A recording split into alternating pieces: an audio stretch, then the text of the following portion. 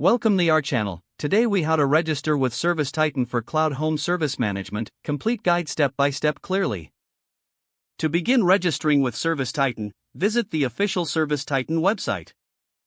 Locate the Sign Up button on the home page. Click on the Sign Up button to start the registration process. You will be directed to a registration form. Fill in your business name in the appropriate field. Enter your business email address. Create a strong password that meets the specified security requirements.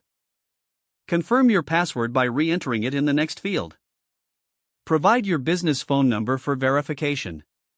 Select your business type from the available options. Indicate the size of your business using the provided drop-down menu. If applicable, enter your company's license number. Review the terms and conditions and privacy policy provided on the screen. Check the box to agree to the terms and conditions. Click on the Create Account button to submit your registration. You will receive a confirmation email shortly after submitting your details. Access your email inbox and find the confirmation message from ServiceTitan.